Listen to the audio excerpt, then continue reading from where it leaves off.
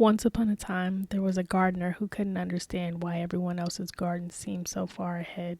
Every morning, she would walk through the village and admire towering oak trees, colorful flowers, and vines that stretched farther than she could imagine.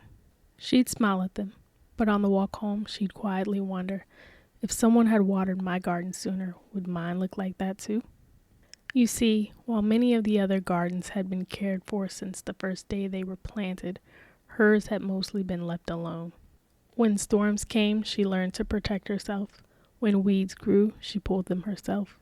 When the soil became dry, she searched for water on her own. No one taught her much about gardening. So for years, she believed something was wrong with her seeds. One evening, an old woman noticed her sitting beside the empty garden. The woman asked, "Why are you crying?" The gardener pointed toward the village. "They're so much further ahead than I am." The old woman smiled.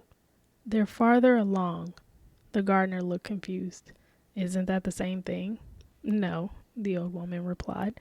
"They simply started being cared for before you did." The gardener sat quietly. "So, my garden isn't too late?" The old woman shook her head.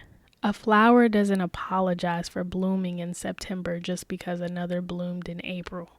She continued, "The sun never asked the moon why it rises later.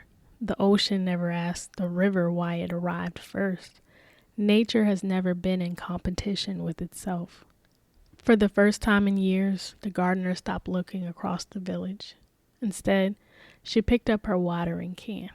The next morning, nothing had changed. Neither did the morning after that, or the week after that. But one day, almost without realizing it, a tiny green leaf pushed through the soil. Then another, then another.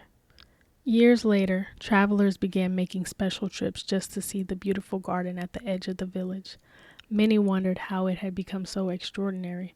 Almost no one knew how long the gardener had spent watering soil that looked empty. And that's often how life works. People notice the bloom.